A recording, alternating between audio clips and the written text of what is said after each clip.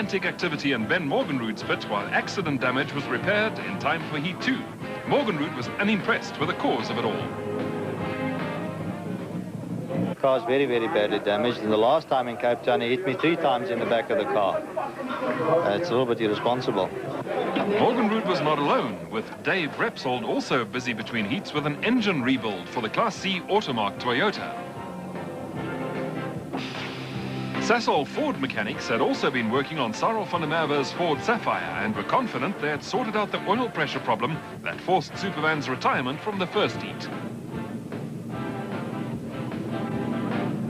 The 2 Audis of Chris Aberdeen and Terry Moss were back on the front row of the grid for Heat 2. They were followed by Mike Briggs, Sarel van der Merwe and Ben Morgenrood in the battered Mazda. Good news for the crowd in the second heat was that Sarel van der Merwe and the Sasol Ford Sapphire were back on the grid after the Ford picked up oil pressure problems in the opening race. The break between the 2 heats enabled hard-pressed service crews to patch up the sick, lame and wounded and ready them once more for battle. Aberdeen looked relaxed and confident as an impressive array of machinery lined up on the grid. Morgenrood's Mazda was running without any front bodywork after his brush with the wall in the first heat, a move that was later to see him excluded from the results.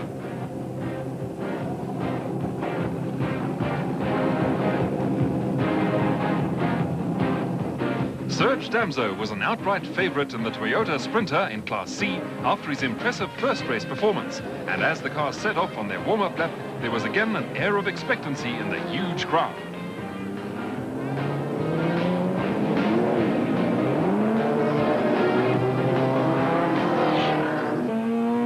Damso is perhaps better known to South African motorsport enthusiasts as a rally driver.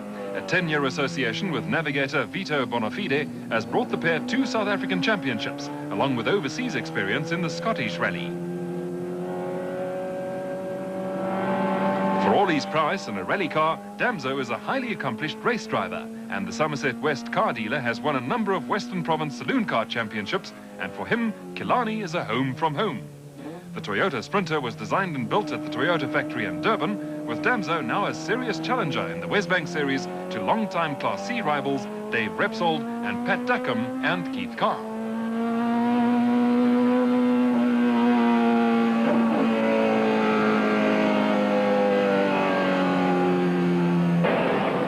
Weaving their way behind the pace car to warm up tyres, the field provided for an impressive sight. Wesbank Racing is divided into 4 classes determined on engine capacity, with car builders given a wide range of options when it comes to modifications. The Class A entrants are state-of-the-art racing machinery and incorporate much of the technology that has been developed on the Formula 1 circuit.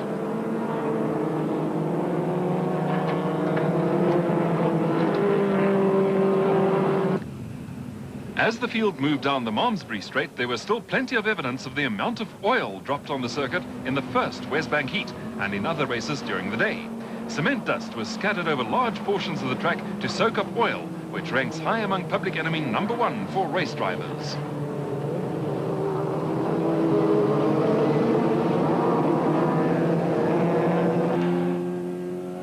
With the cars starting to bunch up as the man on pole position slows down the pace in preparation for the green light, drivers pick up a surge of adrenaline. The start of a race is always a potential disaster area, with everyone keen to make up as many places as possible before the field streams into the first corner.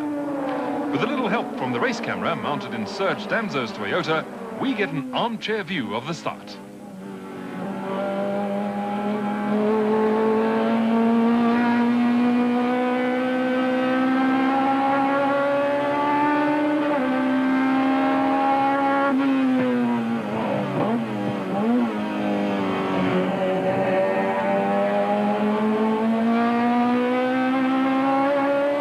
Out in front, it was the same story as in the first heat.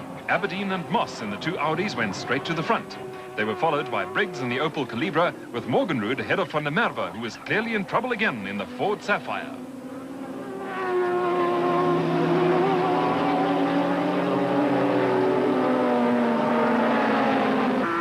Now we sit with Dion Jabert as he goes down the gearbox for the stunning curve at the end of the main straight. Aberdeen in the Versal Audi had clearly taken up where he left off in the first heat, with teammate Moss trying to get close enough to exert a little pressure. The 2 Audis were sounding healthy as they completed the first lap, with the Opel Calibra hotly pursued by Morgenrud's Mazda and the Ford.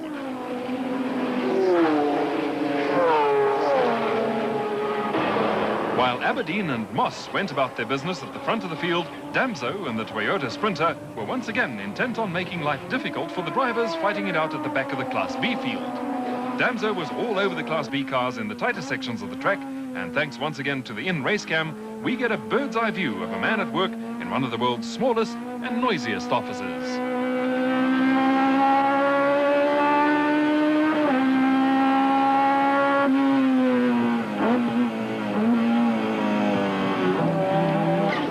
Up front, the battle between Aberdeen and Moss was hotting up, with Moss occasionally a little over-exuberant.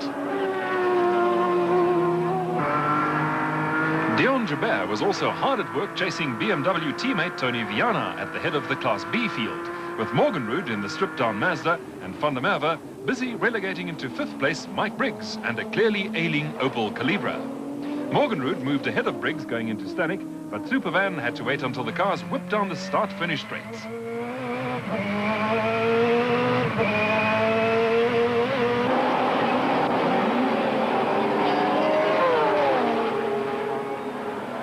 There was drama when Moss came around ahead of Aberdeen, who was clearly in trouble.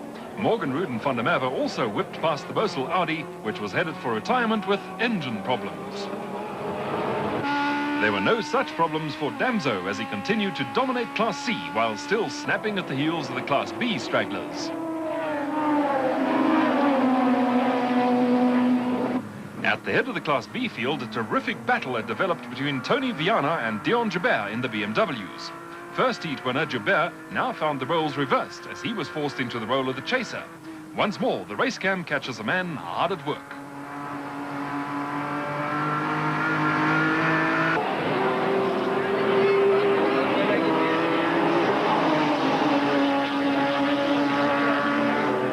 Local lad Dion Joubert has a racing pedigree. He regards himself as a cheerful soul, but like his hero Asterix, has a fear of the sky falling on his head. For Sarel van der Merwe, work was over for the day, with the Sasol Ford Sapphire expiring on lap 5 with a fractured fuel line. Serge Damso was still at the office in the Toyota Sprinter, with Moss now a comfortable leader in the Audi.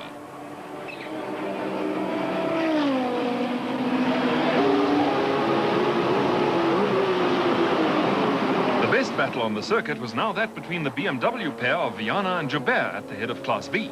It was a case of experience versus youth, with Joubert constantly looking for a way to force Viana, a wily old fox, into a costly mistake. Serge Damso was still totally in control of Class C, and first time out set a new lap record for the class in the Toyota Sprinter. Chris Aberdeen was still circulating slowly in the stricken Bosel Audi, but finally pulled off the circuit at the end of the pit straight.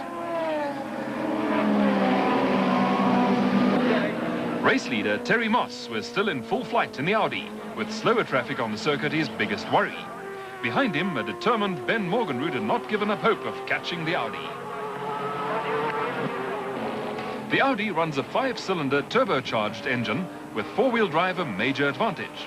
Top speed of 290 kilometers an hour is provided by 375 kilowatts. The Viana-Joubert scrap continued, with Joubert applying plenty of pressure. In Class D, there was no pressure on Richard Sorensen in the Volkswagen City Golf, and he was in full control. There was also total control for Serge Damso in Class C. Damso had a handy lead over closest challengers Keith Carr and Pat Duckham, and still had the Class B stragglers in sight. The Toyota had not missed a beat in the 2 heats, with Damso as cool and competent as ever behind the wheel.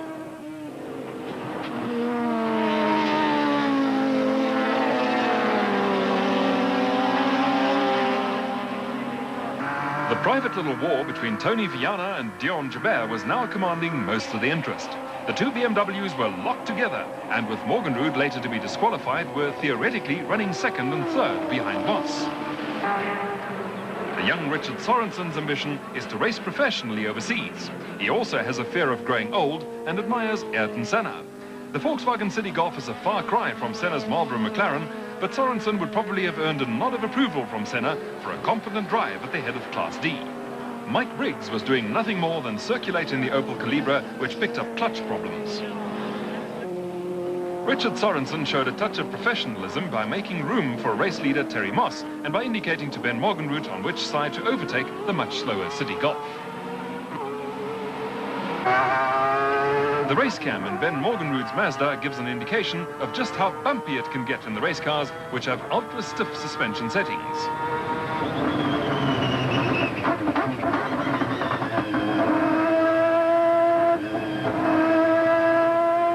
Ben Morgenroot is the father of 2 daughters and lists among his pet hates dubbed TV shows. On the other side of the coin, he likes Wilbur Smith books and mixed grills. As in the first heat, Damso was back to his old tricks of trying to put the Toyota Sprinter ahead of Gary Smith's Class B Mazda RX-7. The Toyota could close right up on the Mazda in the slower sections of the circuit, but when it came to power down the straights, it was the Class B car that had the longer legs.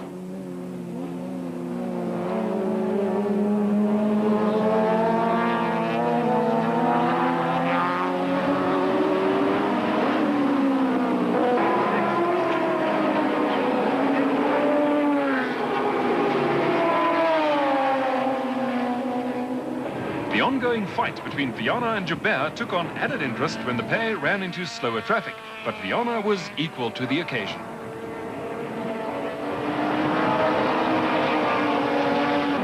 While leader Terry Moss blasted past slower cars on the pit straight, Viana and Joubert were circulating as though tied together by a piece of string. It was a duel that had the crowd on its feet, with Joubert now and then trying a little too hard.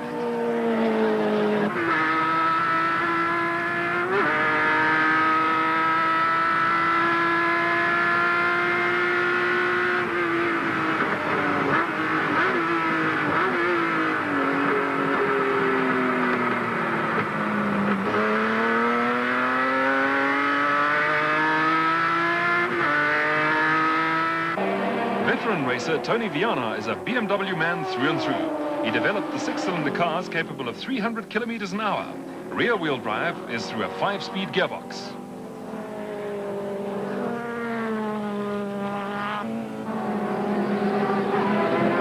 Morgenroot was still a lonely second, but there was nothing lonely about Viana and Joubert as their race-long fight continued.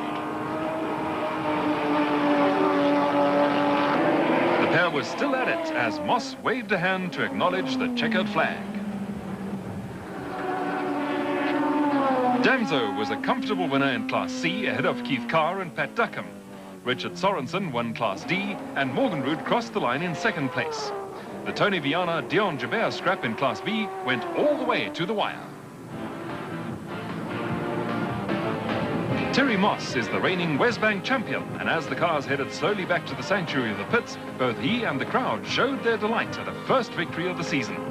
Morgenroot's disqualification saw Viana into 2nd, with Joubert 3rd. There were lap records for Damso and Sorensen. The first heat was there were many happenings in the first heat. First, Ben nearly punted me off, and then there was oil on the circuit, and bricks spun in front of me. It was very eventful. My biggest problem was I was missing gears in the first heat, and I thought it was the gearbox. It wasn't. It was actually my seating position. I moved the seat back, and for the 2nd heat, it was perfect. I was in with vengeance. I wanted to win it.